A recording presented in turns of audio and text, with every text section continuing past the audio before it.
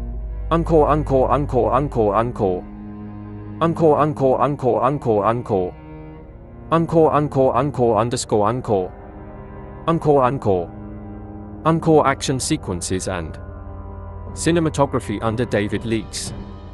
Direction. The action choreography in Colombia 2 is expected to be visceral and precise, blending hand-to-hand combat with sleek tactical maneuvers. The film makes ample use of the South American jungle setting, utilizing lush, dense environments and hidden compounds to create suspense. The contrast between Catalia guerrilla-style attacks and the cartel's high-tech security fortifies the film's central conflict and showcases her tactical ingenuity. The cinematography is visually striking, with warm, shadowy tones that reflect the mystery of the jungle setting in the tension-laden atmosphere. High-energy sequences, including a climactic showdown in the cartel's compound, are likely to be fan favorites, highlighting Calia's growth as both a tactician and a fighter. Underscore, encore, encore, encore, encore. Encore, encore, encore, encore, encore. Encore, encore, encore, encore, encore. Encore, encore, encore, encore, encore. Encore, encore, encore, encore, encore. Encore, encore, encore, encore, encore. Encore, encore, encore, encore, encore. Underscore, encore, encore, encore. Underscore critical review. Pros. 1. Engaging storyline. The film's balanced approach to both character development and action ensures that Catalia is a fully fleshed out protagonist, appealing to both new viewers and longtime fans. 2. Performance by Saldana. Sana's portrayal of Catalia brings weight and empathy to the role, making the character's internal struggle deeply relatable. 3. Exceptional action and direction. David Leitch's direction brings a high-quality, polished look to the action sequences, keeping them both stylish and intense. Cons. 1. Potential predictability for audiences familiar with action tropes. Parts of the plot, such as Catalia seeking redemption or a climactic battle against the cartel leader, may feel somewhat formulaic. 2. Dark tone. The movie's unrelenting tone of violence and tension may be off-putting for viewers looking for lighter action fare. Underscore, encore, encore, encore, encore, encore. Encore, encore, encore, encore, encore. Encore, encore, encore, encore, encore. Encore, encore, encore, encore, encore. Encore, encore, encore, encore, encore. Encore, encore, encore, encore, encore. Encore, encore, encore, encore, underscore. Encore, encore, encore. Encore. Conclusion. Colombiana 2 is positioned to be a thrilling, thoughtful successor to the original, delivering on both action and character depth. The movie's darker themes, complex characters, and polished action sequences make it a promising film that respects and expands upon its predecessor, honoring the legacy of Catalia Restrepo while offering something fresh and intense. With a strong creative team, a compelling plot, and stellar performances, Colombia 2 is likely to captivate fans of the original while earning new admirers for its unapologetic exploration of vengeance, justice, and survival. Colombia 2 in 2025 has not been officially announced or confirmed by the original film's producers or studios. Let's discuss previous parts. Colombia is a 2011 French-English language action thriller film kitten and produced by Luc Besson and directed by Olivier Megaton. The film stars Zoe Sala with supporting roles by Michael Von Cliff, Curtis Lenny, James Callum Blue, and Geordie Mola. The film is about Catalia, a 9-year-old girl in Colombia whose family is killed by a drug lord 15 years later. A grown Catalia seeks her revenge. The film had a generally unfavorable Reception from critics, but Sana's performance and action sequences were praised. It grossed $63.4 million against a $40 million production budget. Plot: in 1992, in Bogota, Colombia, drug baron Don Luis Sandoval sends his enforcer Marco and a gang of armed men to kill his gang member Fabio Restrepo and his family because Fabio has defied him by trying to leave his prolific drug crime activity behind. Fabio gives his 9-year-old daughter Catalia a smart media computer memory card loaded with information on Don Lee's business and tells her it's her passport. He also gives her the address of her uncle Emilio in Chicago, Illinois, who will take care of her. Finally, he leaves her with her mother's Catalia orchid necklace. After Fabio and his wife Alicia are gunned down, Catalia escapes and seeks asylum at the U.S. Embassy. She is granted passage to the United States after handing over the memory card to embassy staff, although American officials attempt to transfer her into the foster care system. Catalia tracks down her uncle in Chicago and asks him to train her as a killer. 15 years later, in 2007, a grown Catalia has become an accomplished assassin. Emilio serves as her broker, providing her with contracts with each murder she commits. She leaves her signature, the Cartier flower, hoping to one day attract the attention of Don Lee so she can take her revenge. When Emilio finds out about Calia's intentions and that she has been targeting men connected to the Dawn, he begs her to stop to avoid endangering the lives of his own family, but she admits that she does not care about the risk to his family while she is spending the night with her American boyfriend Danny Delaney. He takes a photo of her sleeping and then shows it to a friend, who then decides to run a background check on Catalia, which alerts the FBI. Meanwhile, FBI agent James Ross is working to identify the killer behind more than 20 unsolved murders, all of which have Catalia orchids left behind. He gets a pin on Calia's photo from the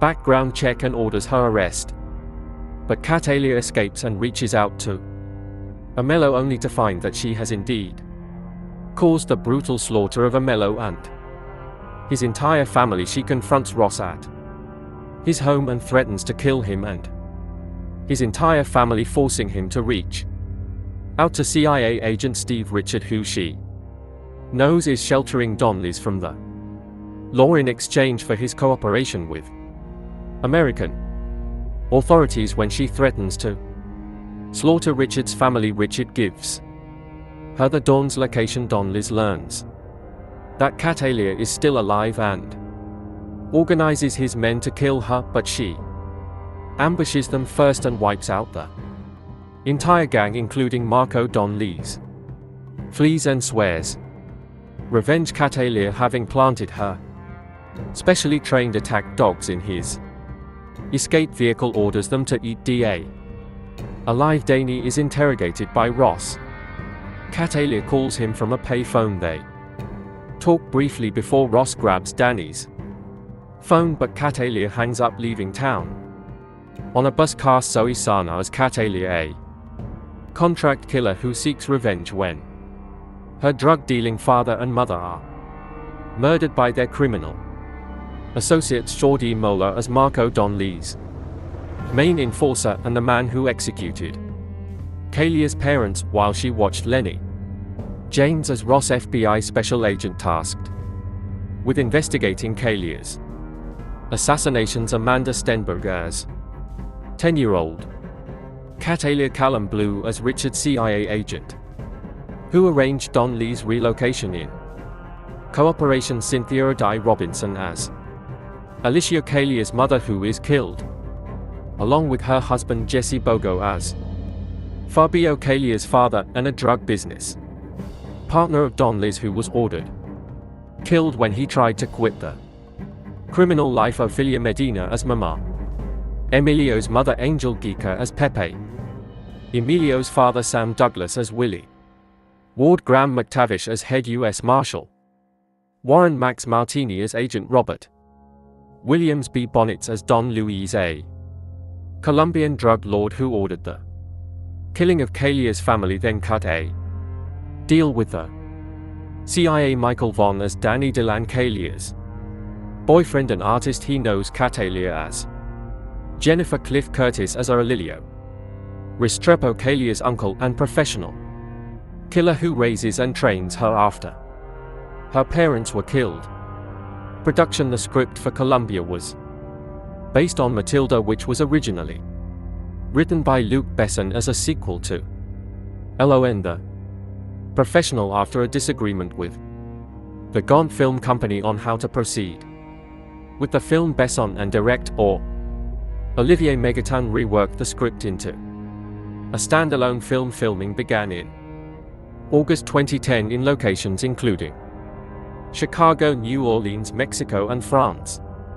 The film was produced by Bess's Europa Corp Company and the script was written by Besson and Robert Mark Kaiman. David Martin Jones, in an essay written for Senses of Cinema, stated that the film was likely to have been perceived by audiences to be an American Hollywood production, noting that aping the look of a Hollywood genre film with a non-US twist had been used in previous European films. Reception. Critical response on the review aggregator website Rotten Tomatoes, 28% of 107 critics' reviews are positive with an average rating of 4.9. SL10. The website's consensus reads: Zoe Saldana has the chops, but she's taken out by erratic and sloppy filmmaking. Metacritic, which uses a weighted average, assigned the film a score of 45 out of 100 based on 22 critics, indicating mixed or average reviews. Christy Lemire of the Associated Press reviewed Colombia, writing that the director of La Nikita and The Fifth Element serves as co-writer and producer here, but this is very much a spin-off of his brand, a continuation of the kind of stereotype and gravity-defying characters he's made his name on. Colombia feels more hammy and muscular, though, but knowingly so, and that's what makes it solid late summer escapist fun. Betsy Shy of the Los Angeles Times wrote, "This B-movie blast of bloody blam blam is the latest chapter in the Luc Besson book of badly bruised lovelies who are better not crossed." What he began in 1990 with Nikita followed with LON in 94 and 97's The Fifth Element, the last written with Robert Mark Kaiman, who co-wrote Colombia with Besson. He refines in Colombia. Claudia PG of USA Today wrote, "This is a showy flower of an action film. Sana doesn't get much of a chance to emote, but her action skills blossom." Jordan Miner of The Hollywood Reporter said that there are guilty pleasures to be had in this frenzy be starring Zoe Sana, who gives an acrobatic performance that makes the overcooked material watchable. Controversy. A non-profit group called Por Colombia criticized the film, saying that it stereotyped Colombia in a negative way. Carlos MSUS, president of Por Colombia, claimed that the film is proof of a total lack of creativity in Hollywood. When asked about the situation in an interview, Sana said, "Shame on them, I don't know, I wish I knew how to address stupid, unintelligent comments, but I don't, I'm not a stupid person." The following year, in an essay published in Senses of Cinema, David Martin Jones focused on a different aspect of the South American character, believing that the film provided a different perspective concerning immigration and international wealth inequality. He notes that a character from the global South wreak havoc on the wealthy and corrupt in the global North, offering a different perspective than is usually seen in a Hollywood Blockbuster box office. Colombia grossed $36.7 million domestically. United States and Canada, and $26.80 million in other territories for a worldwide total of $63.5 million.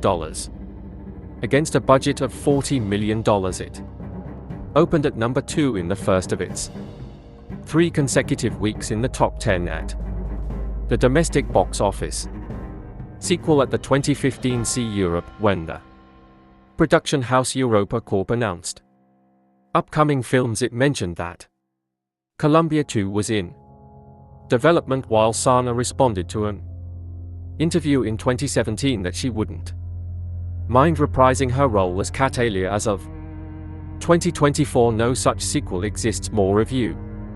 Author extraordinaire and scholar of violent fiction Matt Funk has recently lamented the loss of mass appeal of crime cinema in 2011. A part of me wants to agree with him, but another part wants to blame the lack of quality of Hollywood's action blockbusters for this regrettable situation, and the latter part is talking louder to my conscious brain. I don't really care about things blowing up all over my screen if there's no John Lan walking through the wreckage to be there on time to pick up Holly and the kids. I had high hopes that Colombia wouldn't buy into cheap thrills after seeing the trailer. I always fancy female action movies, as they are a nice change of pace from the male angst-ridden bullet fests I usually watch. Despite being technically sound, Colombia did not live up to my expectations at all. Seeing who was behind it now, I wonder why I got my hopes up in the first place. Colombia is an awful place to be a criminal in. Olivier Megaton's movie working in Barter's drug market is like working public function in the US. You're more likely to be on somebody's payroll than to become Scarface. It's a little racist, but I can deal with that. Catalia Restrepo Saldana learns this the hard way when her parents are murdered by the henchmen of Don Lisby Bonnet's back when she was a child. That moment defined her whole existence. She goes on her exile to her uncle Marco Jordi Mola best place and learns the quirks of being an assassin. By the time she turns 24, she is a stone cold, highly skilled professional who works for her uncle, but she is devoured by her need for vengeance. All of her life has been building up that moment where she would cross path with Don Lewis again. I have 2 main problems with Colombia. First of all, Catalia Restrepo isn't exactly a female protagonist as much as she's a male fantasy. She's sexy, athletic, performs killings worthy of Sam Fisher's admiration, without calling back, or almost asterisk, and devotes her life to kicking ass and taking names instead. Sondo, this movie really messes with my suspension of disbelief. While the action is slick and well filmed, there were many of those wait a minute moments where my good intentions towards Colombia were seriously challenged. For example, that escape she made from Don Lee's gun through the streets of Bogota, where child Catalia Armand La Stenberg looked like an Olympic hopeful for the gymnastics team, more than your average privileged 9-year-old. I can believe a 9 years old to be savvy and streetwise, but being actually more savvy and streetwise than seasoned killers that are plot relevant. Asterisk, come on, it's bad, and it's just one example. It's sad and very frustrating because Colombia has its moments, some scenes gripping and beautiful. For example, towards the beginning of the movie, Catalia is going on a job in Mexico where she was to eliminate a fraudulent banker type. It's one of the best filmed action sequence I've seen in 2011. The way it's scripted, the way the tension goes up, it's brilliant. There are a few of those scenes in Colombia showing that this story had potential. I know I'm asking much of the Olivier Megaton Luc Besson team, who has provided us great movies like Hum the Transporter 3, Wild Bess, and used to write good movies. The Fifth Element, the Taxi series. The last decent script he wrote was for Taken in 2008, and a keyword here is decent asterisk asterisk. Asterisk. I can't really recommend you to watch Colombia, but if you're caught with it in a social situation, it's a frustrating viewing, but it has its moments. It's technically sound and visually beautiful, but the script is plagued with most issues that have been plaguing Hollywood action scripts since the beginning of the 21st century. Movies like this won't trigger an action SL crime film renaissance. I just needed to get to the core of how this movie troubled me by getting to talk about specific scenes that make no bleeding sense. So if you're worried about being spoiled with this movie, then don't read any further. The action genre of filmmaking is one of the most critically disliked genres of all. I believe at some times while over the years some form of criteria has been assembled as to what makes a good action sequence. It's always made the story to be a problem rather than a friend, and therein lays the biggest problem with Colombia. What this film is meant to do, it does well for the most part. The film's general glorified, overly meticulously designed, almost impossible assassination sequences are great to watch, and they are fun. You sit in your seat staring at the big screen ahead of you with your face emoting shock as you see tiny little Sana work her way through the smallest of cavities of a building, or using the most mundane of objects as the L-spin of her assassination scheme. So I find it almost unfair to complain about the things that didn't work in this movie, since it's all the things that never seem to work in 90% of the action films out there. Its logic and story structure is a complete mess. There are so many scenes where characters say things that make almost no sense and do things without much consequence that you can't imagine how they were ignored. Catalia Zoe Saldana decides, after seeing her mother and father murder by whom I can only assume is the big drug kingpin in Colombia, that she wants to become a killer so as to be able to enact revenge. Part of her grand scheme is, since she doesn't know how to find her parents' killer, to smoke them out by marking each of her amazing murders with a message that only she and these men would understand. However, since it's such a peculiar detail, the authorities refused to release it to the press until 4 years later. Now you would imagine that either the police would use the same logic for why 4 years later they decide to release this information a lot earlier, therefore pushing the story along, or Catalia would realize that this message isn't getting out and do something different. There's a scene where a mellow Cliff Curtis shoots randomly around a school in broad daylight on a whim to prove a point to young Catalia. I find it immensely hilarious how he never has to worry about the police or anyone seemingly staring directly at him as he takes his time to expose his reasoning for why Kalia needs to do things his way. Also, there's a romance ongoing with Catalia and Danny Michael Vaughn that makes almost no sense. We don't see the beginning of it, and it's very obvious that Sana's character is using this man just for sex pretty much. However, it's also obvious that this man wants more, and it seems that this arrangement i.e. shamble of a relationship and has been going on for a few months at least, due to the way they interact. Who is his friend that immediately sends a photo of his supposed girlfriend to the DMV for identification without thought? This makes no sense other than a painfully obvious plot point used to get the police closer to Catalia when the talking ends and the bullets start whizzing by. The film is fun enough to truly enjoy. The only problem with that is that when it's time for Catalia to exact or revenge, the action film style changes from this exact science of a killing to a free-for-all brawl that Saldana enters into, and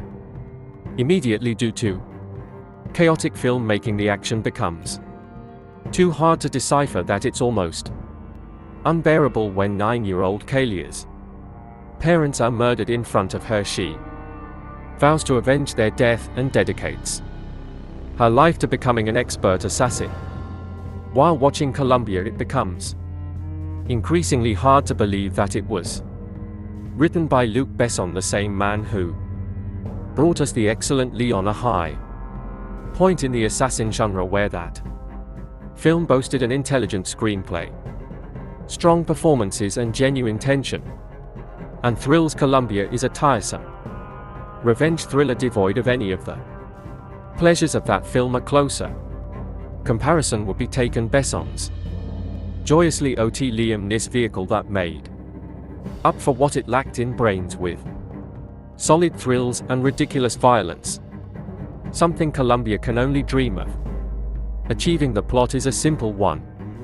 Catalia Amanda Stenberg watches as her parents are murdered in front of her at the age of 9, given instruction by her father beforehand. Catalia flees Colombia and winds up in Chicago with her uncle Curtis. One day impossible. The film's most preposterous scene. Catalia tells her uncle she wants to be a killer too, which he pulls out a gun and murders a driver in the middle of a busy street in broad daylight, apparently as a way of illustrating that she should stay in school to become a more efficient killer.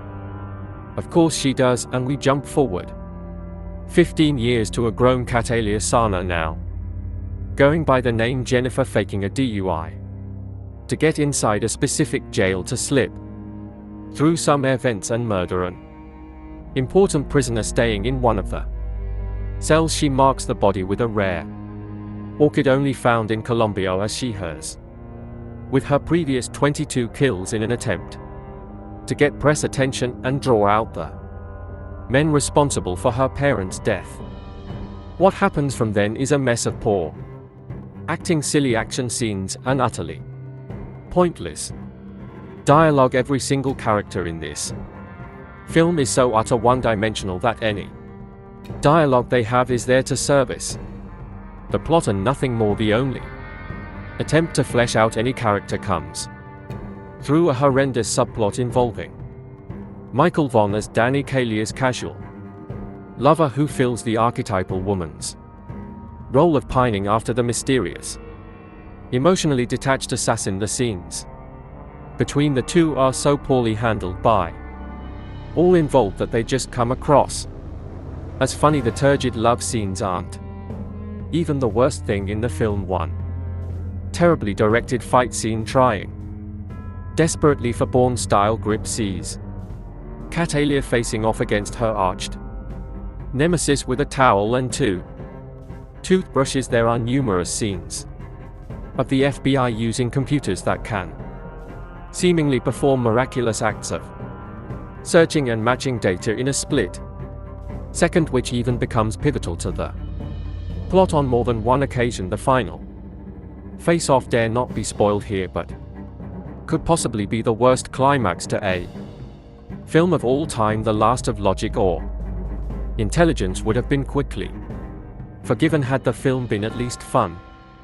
Where Taken succeeded was by not taking itself too seriously, keeping the plot simple and making sure Neeson always had a badass one-liner to hand. Colombian has seemingly aims a lot higher but fails miserably, ending up a paced mess with a lead who really isn't all that likable or interesting. It's kind of hard to root for a woman who at one point smashes her neighbor's face into a table for no apparent reason, then seemingly blows up his apartment, presumably killing him in the process just to escape the FBI. Saldana must have thought this was a great idea, a strong female lead, and Maybe even the beginning of a franchise. The end result isn't a complete career killer, but is definitely a step backwards. Olivier Megaton, fresh off his English language debut The Transporter 3, hardly showers himself in glory either.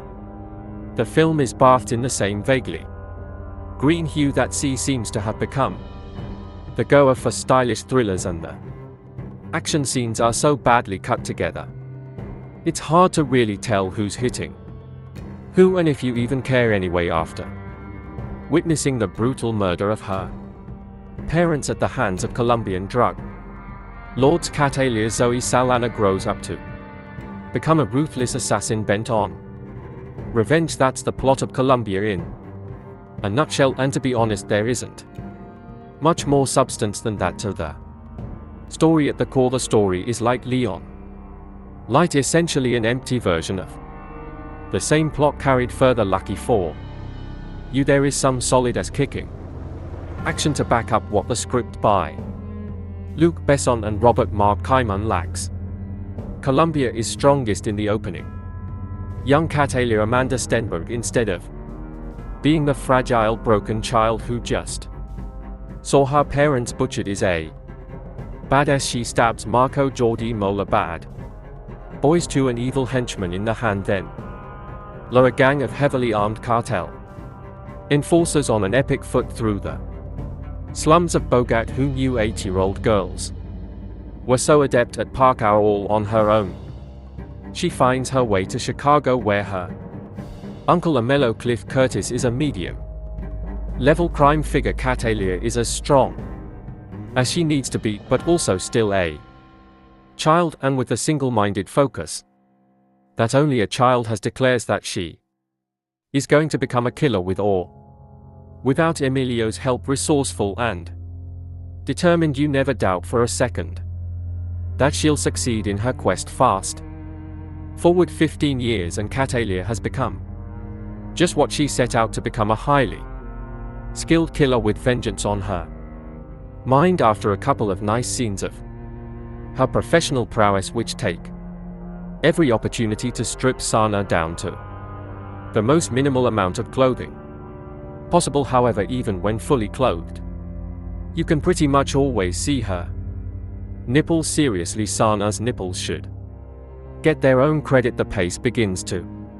sag. In fact, the middle of the movie is largely forgettable, laughable at points, and is over serious to the point of absurdity. There are a bunch of unnecessary asides, including tangents about an FBI agent Lenny James hot on Calia's trail, a vaguely corrupt and generic CIA agent Callum Blue, and far too many scenes of her making out with her hot painter hump buddy Michael Vaughn, alias in reality everything that doesn't directly revolve around action is probably best ignored, but things always look darkest just before the dawn, right?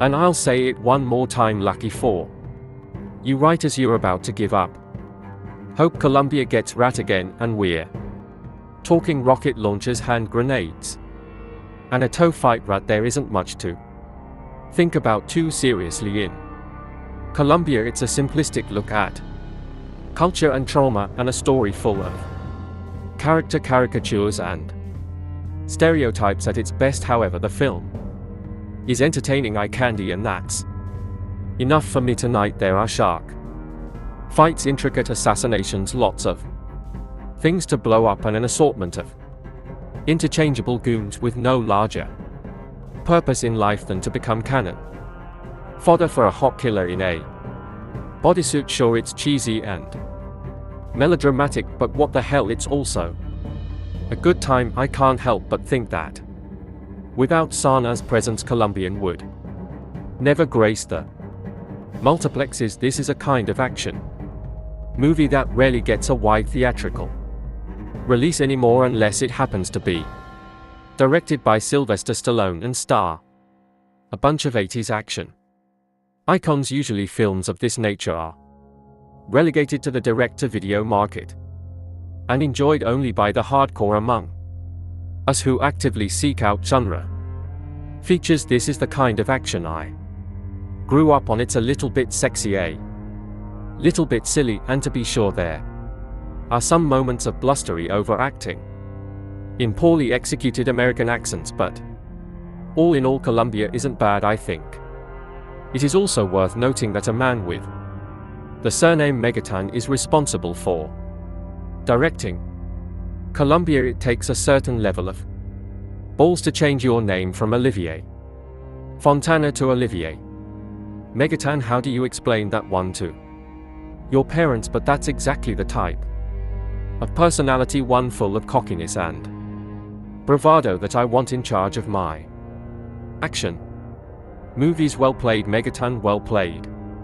The conveyor belt of producer Luc Besson's action movie factory delivers at least one mindless shoot-'em-up per year, occasionally the yield of dull titles such as From Paris with Love is broken up by something as entertaining as Taken, but not often. Colombia exists as a mid-range action product with violence to spare, reasonable star power, lots of momentum, even more violence, and heaps of sex appeal, all tempered for mass consumption by a PG-13 rating core. Written by Besson and Robert Mark Kaiman. The movie was directed by Olivier Megaton. Transporter 3, one of Besson's clan who has yet to break out the way. Pierre Morel, District 13 has here.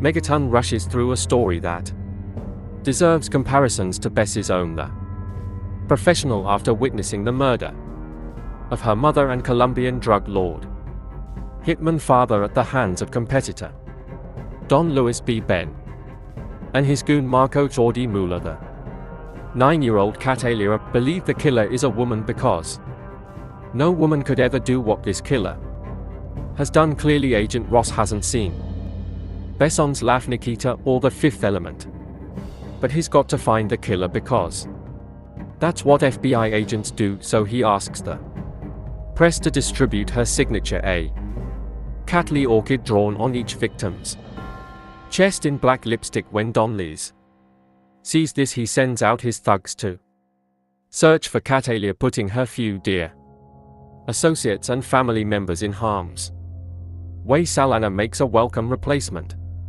for Besson's other action heroes, the likes of Jason Statham and Jet Li, actors whose scowls are interrupted only by bursts of anger. She's nimble, infiltrating complex security with the SLLY daring of Tom Cruise in Mission Impossible, while she can also unleash hell worthy of Schwarzenegger in the finale's commando-style shootout. But rather than question the morality of her cold-blooded killer, Megaton orders Sana to shed a few tears and morally redeems her character through emotion. She is, after all, a woman and therefore subject to movie stereotypes such as sentimentality, but Besson did not choose a female protagonist solely to show a sensitive side, despite a number of sappy scenes involving Kalia's family and boyfriend. The movie's sexy chick with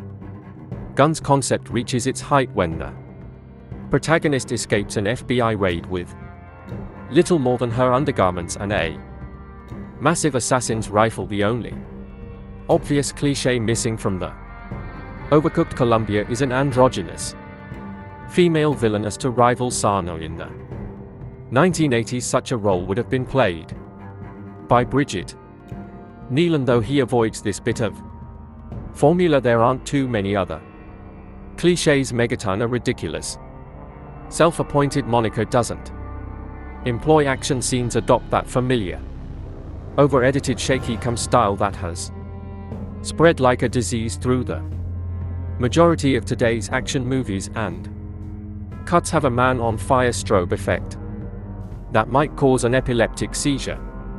Everything that you expect to happen does, but the result is certainly more watchable than the majority of best and produced actioners, and will no doubt provide some mild diversion for action junkies. Colombia is a movie that is best enjoyed if you prepare yourself for the Unbelievable, it's hard not to start here.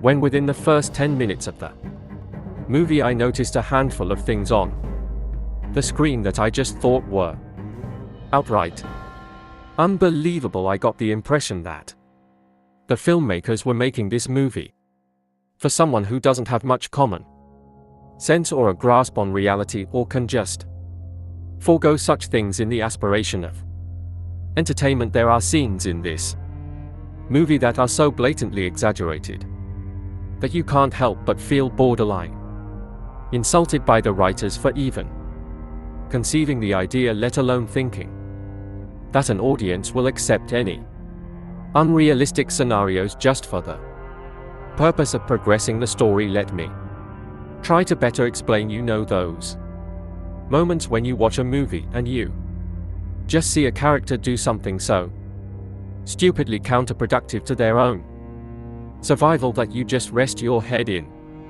your hand until it's over. That's pretty much sums up the entirety of the opening scene of Colombia. It's one thing to manufacture the progression of the story, but it's another thing to use and write characters as tools while they defy basic logic and common sense. For this purpose, I don't like the use of dumbed down characters just for the sake of story progression, and I think it's a piss poor way and excuse to progress the story of a movie. Colombia does have some redeeming qualities, as there were a few times I would have believed that I was watching a movie created by a young and lesser experienced Michael Bay, with all the flash, eye candy and explosions to complement the movie in the usual Bay way. Colombia tries to mimic the action of some of the best revenge movies of our time, and at times actually pulls this off pretty well, but there are times when you notice that there's room for improvement. There are a few scenes where you can truly become immersed by the action and cinematography in front of you and how the movie progresses, and there are times when this movie hints at having a level of wit and intelligence that captures your attention in such a way that the movie truly picks up and hints at better things to come. You'll follow along with Katala as she scales buildings, ventilation systems, creeps down hallways in a sexy and feline fashion that delivers a cool mix of DC's Catwoman and Metal Gear's Solid Snake. Her intelligence in the art of espionage and her tactics really add to a level of entertainment with the entire movie, as you see her systematically and intelligently take on or assassinate an individual in the most ludicrously guarded places. You'll definitely have a few moments that make you sit on the edge of your seat just to find out how she actually pulls off these stunts and how she eventually makes a mistake. Zoe Saldana channels her best Angelina Jolie in this movie. Seriously, she has the effeminate, feline and seductive down to a science, and produces a performance for a character that's an amalgamation of Lara Croft, Evelyn Salt and Fox. But you can't help but feel that the creators oversexed this movie to compensate with the weak writing. Thankfully, that is in fact the case, as her sex appeal reaches new heights in this movie while tiptoeing around any actual revelation of nudity. The film still delivers plenty of the sexiness that voyeurs will still have their rewind moments and post on the internet what minute mark to tune in for other perverts. Overall, the movie is a mindless action platform to introduce and test Zoe Saldana as a draw and leading woman. She's definitely shows that she's capable of both, despite the inherent weaknesses throughout the film without much fault of her own, and I'm very much looking forward to seeing her continue to establish herself as a leading woman in Sex Symbol. The movie had me upset at the thought that I watched this in the theater and would recommend that others instead wait for a home release, but overall this movie is definitely worth a Viewing at least once the Olivier Megaton directed Colombia may not be the brainiest of actioners, but one of the merits of producer Luc Besson's latest brainchild is that fanboys worldwide will come away with a scrap of horticultural knowledge as well as a pretty good time. Sexy vengeful contract. Killer cat alias feline Zoe Saldana is named after a Colombian orchid species, signing her victims with a lipstick drawing of her floral namesake, solidly produced if slightly generic English language pick should do. Mid-range biz in France where it bowed July 27th and OK number stateside, where it goes out August 26th rather than adopting a tired flashback heavy approach. Megaton and screenwriters Besson and regular collaborator Robert Mark Kaimon let Kalia's childhood trauma play out up front in an audacious half-hour prologue. Said in 1992, Bogart, still a little girl, Catalia Amanda Stenberg, witnesses the assassination of her next of kin by crime boss Don Luis B.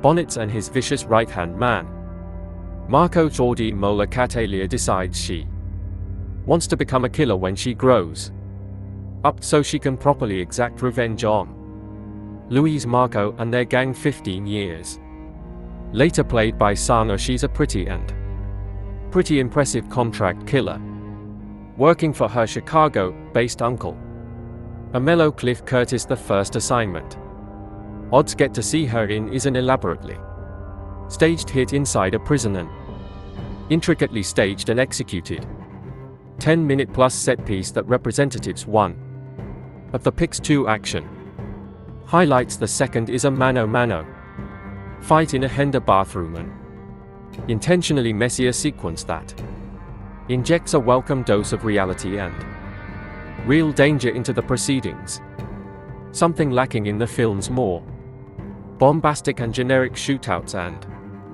explosions. Much of the viewer's investment will depend on his or her concern for Kalia's plight, and this is where Sana's contribution is key. Despite being a ruthless killer with a killer bob and a predilection for skimpy tight fitting apparel, costume designer Olivier Barriet seems to have taken a cue from the Avatar Thesp's motion capture bodysuit. She not only exudes sexiness but also generates a certain amount of sympathy. Saldana's handful of scenes with her artist BF Michael Von, who has no clue what she does for a living, help humanize the otherwise solitary killing machine, and 3 tense confrontations in a schoolyard and a library with a mellow and during a home visit with the FBI agent on her tail. Lenny James nicely due to's plotting and characterization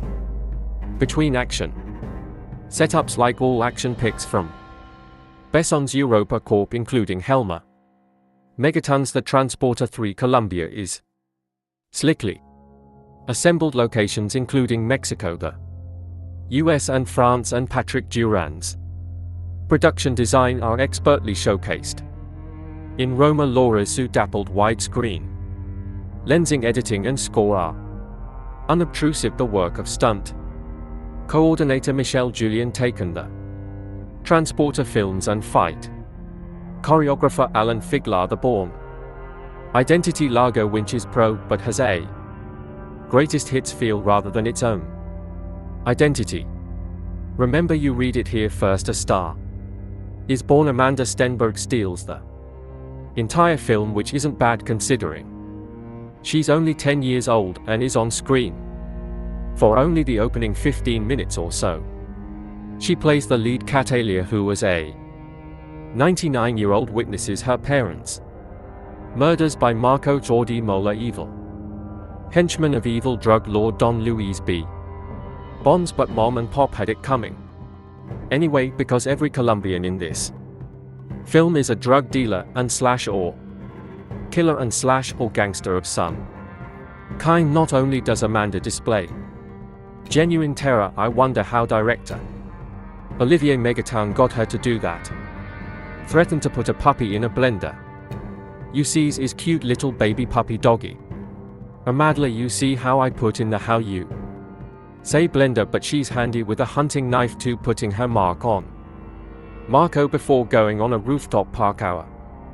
Run for her life dodging bullets, a motorbiker parkering pursuer and various SUVs. It's all breathtaking stuff that makes you read the end crawl really carefully to see if any little girls were harmed in the making of this movie.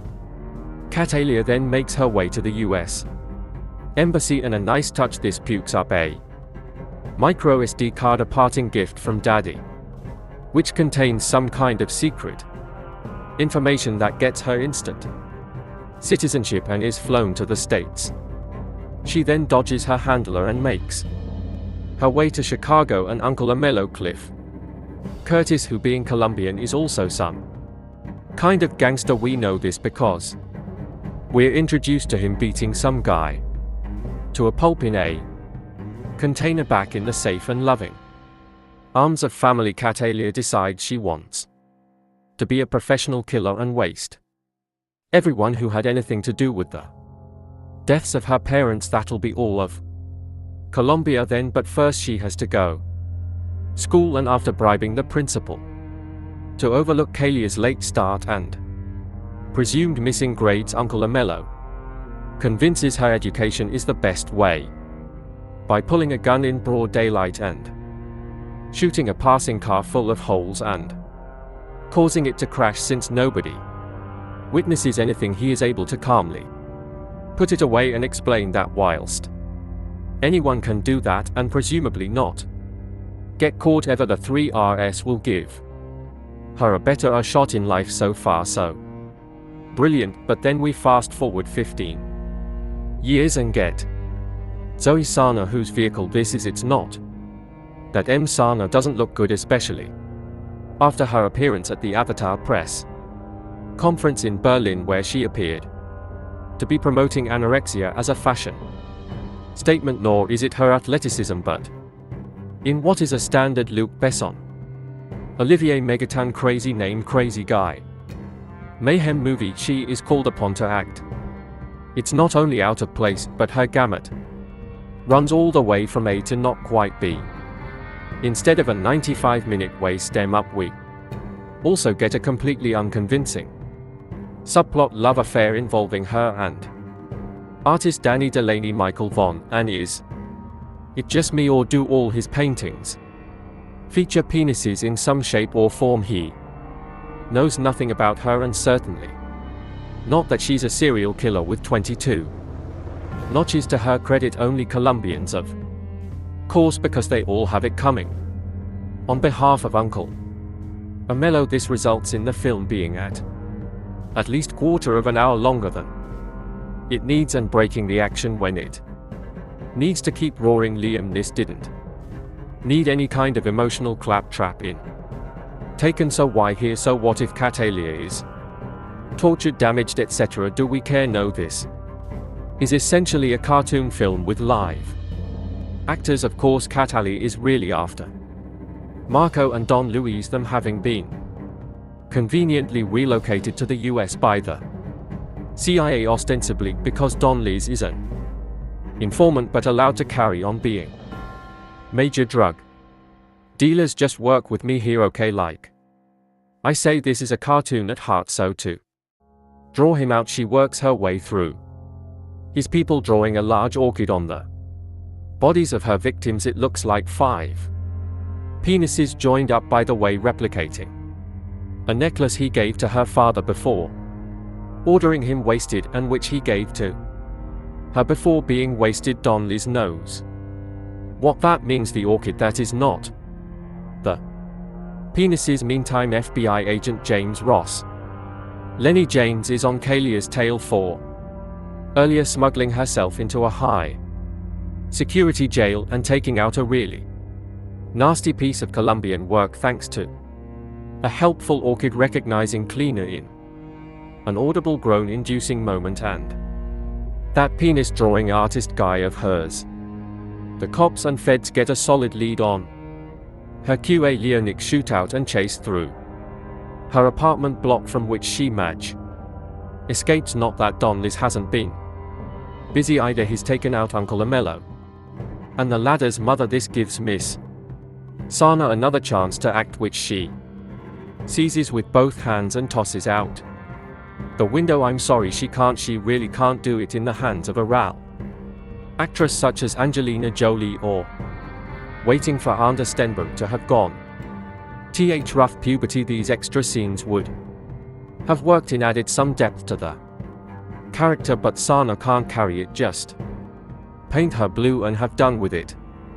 Fair Chris Aes Catalia now goes on her merry way, finally tracking down Don Louise via threatening Agent Ross, who leads her to the CIA handler who, prompted by a bullet through the window, spills Don Lee's whereabouts. The rest of this by the numbers, going through the motions film, is her taking out Don Lee's hired help, who, unlike her, are not bullet or bomb-proof, until it's time to deal with Marco using mostly a hand towel, and finally Don Louise using 2 dogs that have been trained to eat on command. Pretty cool.